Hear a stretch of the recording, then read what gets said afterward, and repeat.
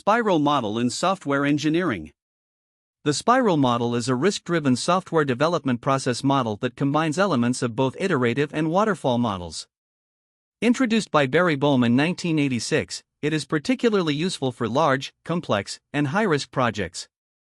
The spiral model emphasizes risk assessment and continuous refinement through repeated cycles, or spirals, each adding greater detail and moving closer to the final product. Definition of spiral model.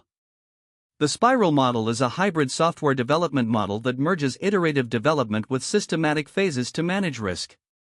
It is designed to enable gradual refinement of the system through a series of cycles or spirals, allowing developers to assess and address risks at each stage before moving forward.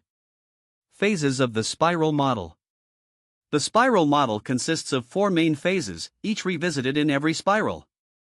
Identification, planning. In this phase, objectives, alternatives, and constraints are identified.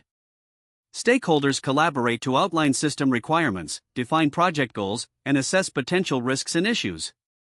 This phase focuses on creating a preliminary plan, outlining key objectives, and determining deliverables for the current cycle. Design, risk analysis. This phase involves risk analysis and evaluation to address identified risks and challenges.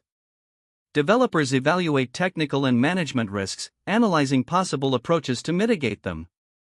Prototyping is often used to resolve uncertainties, allowing stakeholders to test different approaches before committing to a specific solution. Construction, implementation, and testing. In this phase, developers build the actual system or a part of it. Depending on the iteration, this may involve creating a prototype or developing a version of the final product. Testing is conducted to ensure the functionality meets requirements and that any issues are addressed. Feedback is gathered from users and stakeholders to improve the next iteration. Evaluation, review, and planning for next cycle. The final phase of each cycle is dedicated to user evaluation and gathering feedback. Stakeholders review progress, evaluate if the current solution meets requirements, and decide whether to continue to the next cycle. At this stage, adjustments are made as necessary, and the development plan is refined for the next cycle. The process repeats with each spiral, refining the project and addressing any new or unresolved risks, until the product is complete and all requirements are met.